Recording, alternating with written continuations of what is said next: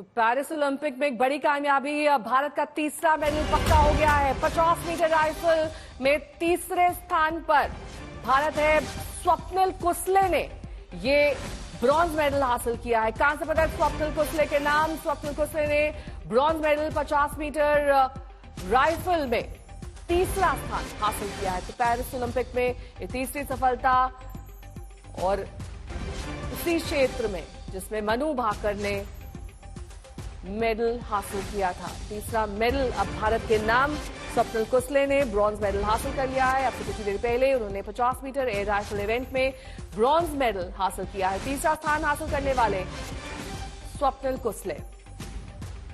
Paris Olympic में भारत के नाम ये तीसरा मेडल अब आ चुका है। इसके साथ ही ये भी तय हो गया है कि सबसे ज्यादा मेडल्स एयर पिस्टल में ही भारत को हासिल हो रहे हैं। 50 मीटर राइफल में थर्ड पोजीशन, इससे पहले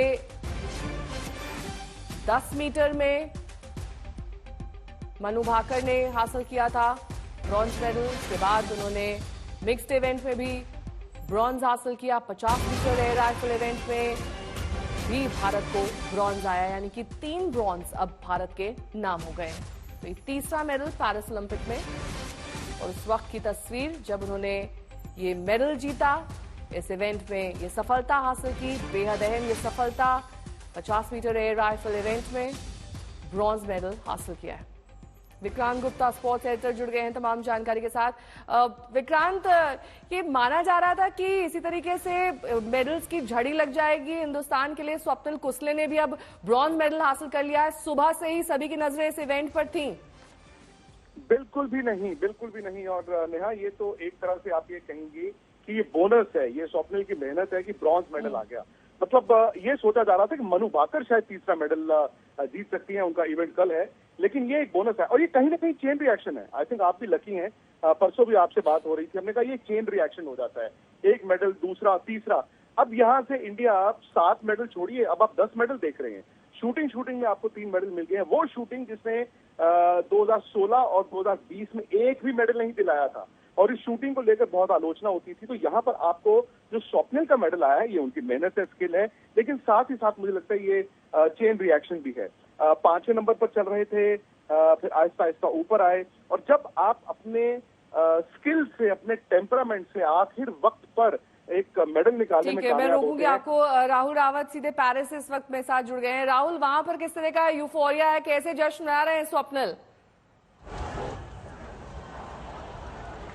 बिल्कुल, देखिए फिलहाल तो ऐसा है कि अभी शूटिंग कंपटीशन खत्म हुआ है, मेडल का भी उनको इंतजार है, और जो शूटिंग फ्रेटर्निटी है यहाँ पर वो पूरी एक जैसे कहते हैं ना कि सारे ऑफिशियल, सारे एथलीट्स एक दूसरे को चीयर करने के लिए स्टैंड्स में मौजूद होते हैं, उनके कोचेस सब। और तीसरा मेडल है, आप देखिए तीनों की तीनों मेडल जो है शूटिंग से आए हैं। अब तक ये लग रहा था कि शूटिंग पता नहीं क्या करेगा। और स्वप्निल की अगर मैं बात करूं, बड़े हम्बल बैकग्राउंड से आते हैं। और दूसरी चीज़ ये है कि एक दिक्कत थी कि फाइनल्स में ना कहीं स्वप्निल को दिक्कत थी, पर आज जिस हिसाब से उन्होंने शूट किया है, बड़े कंसिस्टेंट रहे हैं। शुरुआत जब उन्होंने अपना पहला शॉट इस कंपटीशन का आज मारा था, उन्होंने एक 9 पॉइंट समथिंग कुछ मारा था, लगा कि कहीं वही दिक्कत दोबारा ना आ जाए। जब 5वीं पोजीशन पे वो एक वक्त पर थे तो 0.9 से वो ट्रेल कर रहे थे अपने चौथे पोजीशन के कॉम्पिटिटर से। और नेहा 0.9, क्योंकि यहाँ पर मार्जिन ऑफ एरर जो है वो इतना कम होता है कि 0.1 जो है वो भी एक बहुत बड़ा मार्जिन कभी कभार हो जाता है। उसके बाद स्वप्निल ने जिस हिसाब से कंसिस्टेंसी दिखाई है, कल भी जब ये क्वालिफिकेशन राउंड में थे, एक बड़ी अच्छी इनके साथ चीज़ है कि अगर ये किसी वक्त पर खराब भी शूट कर लेना, तो इनके साथ एक अच्छी चीज़ ये है कि ये जो 10 होते हैं ना, क्योंकि 10 मतलब जो सबसे बेहतर पॉइंट आप मार सकते हैं, जिसको हम बोलते हैं बुल्स आई, जो सेंटर पे। और उसके बाद आप देखिए कि मार्जिन ये हो जाता है कि उसके बाद आप 10 की बात नहीं होती है, 10.1, 10.2, 10.3, 10.9 तक होता है। तो ये 10s बहुत मारते हैं। और कल जो 8 टॉप शूटर्स जो क्वालिफाई हुए थे, उसमें क्या हुआ था कि इनके 10 दूसरे नंबर पे सबसे ज्यादा थे, यानी जो पहली पोजीशन पे भी जिसने क्वालिफाई किया होगा ना, उसने भी उतने 10 नहीं मारे होंगे जितने इन्होंने मारे। बट शूटिंग के लिहाज से अगर आप देखें पिछले तो अपने आप में भी रियो, राहुल एक टोक्यो, रिकॉर्ड सब हो गया ना, शूटिंग में ही 3-3 मेडल्स आ गए, ये भी अपने आप में एक रिकॉर्ड है भारत के लिए, एक अचीवमेंट।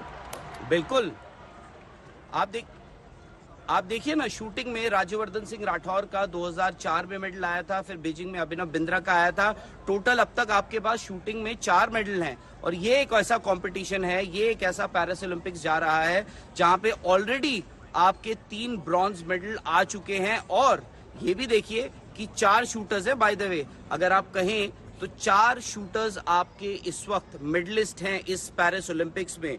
मनु भाकर के ऑफकोर्स 2 हैं, उसमें एक सरबजोत का भी नाम आप जोड़ सकते हैं, वो भी एक क्योंकि 10 मीटर मिक्स टीम इवेंट में जिस हिसाब से उन्होंने भी एक ब्रॉन्ज मेडल जीता है मनु भाकर के साथ। उसके अलावा आप अभी भी कहानी खत्म नहीं हुई है। अब देखिए, सिफ्त कौर सामरा हैं, अंजुम मौडगिल हैं, ये भी आपको 3P यानी जिस इवेंट में आज आपको स्वप्निल दिखे हैं उसी इवेंट में ये दोनों भी दिखेंगे, और इनसे भी बहुत ज़्यादा उम्मीदें हैं। मनु भाकर का 25 मीटर स्पोर्ट्स पिस्टल का उनका अभी एक राउंड बचा है, एक मेडल बचा हुआ है। तो आप ये मान के चलिए कि अभी भी आप शूटिंग से और मेडल्स की उम्मीद कर रहे हैं। और कहीं ना कहीं आज का दिन, नेहा, आज का दिन कहीं ना कहीं डिसाइड करना था कि आप पैरिस ओलंपिक्स में क्या करेंगे। सिर्फ शूटिंग के लिहाज से ही नहीं, स्वप्निल का तो यार बहुत बड़ा अचीवमेंट है। हम एक वक्त चला गया नेहा जब हम लोगों को इंट्रोड्यूस करते थे कि ये एक ओलंपियन है, ये एक ओलंपियन है, इन्होंने फलाने ओलंपिक्स में खेला था, इन्होंने 84 में खेला था, इन्होंने 92 में खेला था, 96 में। अब वो दिन चले गए। अब आप लोगों को इंट्रोड्यूस करते हैं कि ये एक मेडलिस्ट हैं, ये एक ओलंपिक मेडलिस्ट हैं। तो अब जो है इंडिया सिर्फ पार्टिसिपेट करने नहीं आती है। मैं आपको बताऊं, मैं शैटरू में जब मनु भाकर का जब मेडल जिस दिन उनका फाइनल था उससे एक शाम पहले मैं जब वहां पर घूम रहा था सड़क पे, तो मुझे कुछ कोरियाई लोग दिखे, कुछ कोरियाई एथलीट्स दिखे,